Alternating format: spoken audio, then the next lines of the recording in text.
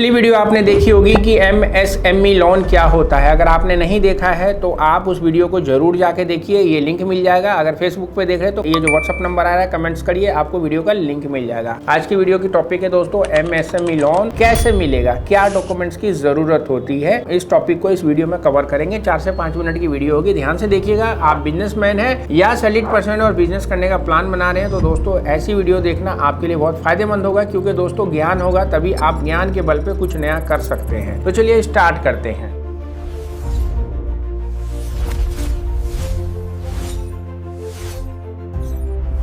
तो दोस्तों MSME loan जो आप लोगों को मिलता है वो उद्यम रजिस्ट्रेशन के माध्यम से आपको मिलता है, यानी कि आपको उद्यम रजिस्ट्रेशन कराना बहुत जरूरी होता है। और हर व्यक्ति को, अगर वो बिजनेसमैन है तो उद्यम रजिस्ट्रेशन अपने पास रखना चाहिए। और सारा दस्तावेज इस उद्यम रजिस्ट्रेशन पर ही निर्भर करता है कि आपने अगर रजिस्ट्रेशन कर लिया है तो आप बैंक के लिए लोन अप्लाई कर सकते हैं और फिर आपको क्या डॉक्यूमेंट्स लगेगा। तो दोस्तों आवश्यक दस्तावेज जो होता है, सबसे पहले जो व्यक्ति लोन के लिए अप्लाई करने जा रहा है, चाहे मैं हूं चाहे आप हो, आपकी केवाईसी। आपके केवाईसी में दोस्तों सूक्ष्म, लघु और मध्यम उद्यम रजिस्ट्रेशन के लिए आपका आधार कार्ड चाहिए होता है और आपका आधार नंबर आपके जो व्यवसाय का प्रोप्राइटर है उसके मोबाइल से लिंक होना चाहिए। संगठन के मालिक जो लोन लेने का प्लान कर रहे हैं उनका पैन कार्ड और जीएसटी का नंबर होना चाहिए। और मोबाइल नंबर, जैसा कि मैंने बोला, आधार से लिंक होना मैंडेटरी होता है, तभी आप उद्यम रजिस्ट्रेशन को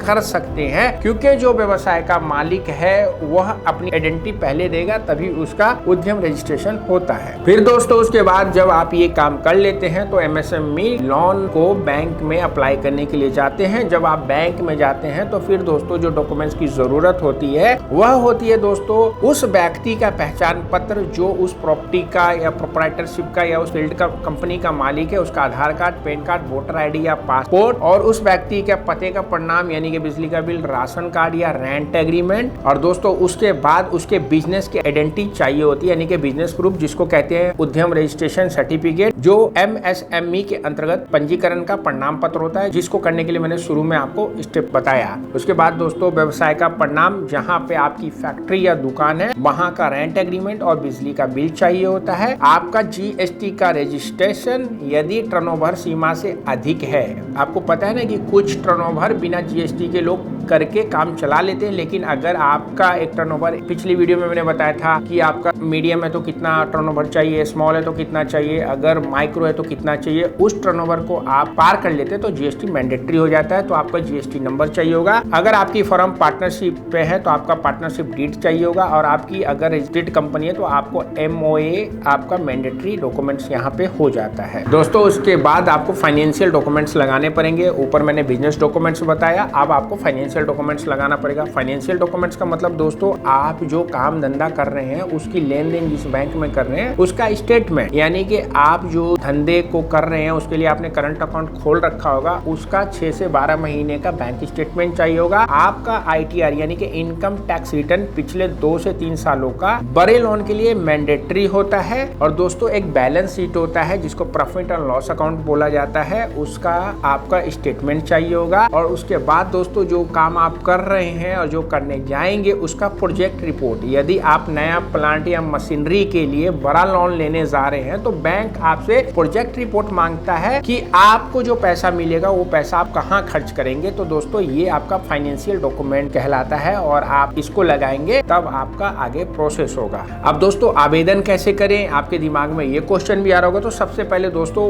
उद्यम रजिस्ट्रेशन पोर्टल पर जाकर आपको अपना रजिस्ट्रेशन करना है, यह बिल्कुल फ्री होता है। उसके बाद आप जन समर्थ पोर्टल, आपने सुना होगा www.jansamarth-portal, या किसी भी बैंक की वेबसाइट पर जाकर एमएसएमई के लिए आवेदन कर सकते हैं, या फिर आप किसी भी एक्सपर्ट के माध्यम से भी इस लोन को करवाने के लिए सलाह मशवरा ले सकते हैं। दोस्तों हमारी टीम भी आपकी हेल्प कर सकती है। अगर आपको ये लोन लेना है, जो व्हाट्सअप नंबर आ रहा है, आइए हमारी टीम से बात करिए। और आप अगर घर बैठे इस चीज को कैसे किया जाए सीखना चाहते हैं तो हमारी टीम आपको फोन पे सब कुछ बता देगी और फिर आप लोन के लिए अप्लाई कर सकते हैं। यदि आप पहली बार छोटा लोन लेना चाह रहे हैं तो जैसे 50,000 से लेके 10 साल, तो मुद्रा लोन के लिए आप अप्लाई करें। दोस्तों एमएसएमई आप तब अप्लाई करें जब आपकी फर्म 1 साल पुरानी हो जाए। इसमें आपकी कम कागजी कार्रवाई होती है, जो मैंने आपको मुद्रा लोन के बारे में बताया है। तो आशा करता हूं आपको जो चीज मैंने बताई वो चीजें आप 1 से लेके 2 साल के बिटवीन इकट्ठा कर लेंगे, अच्छा टर्नओवर बनाएंगे और अपने बिजनेस को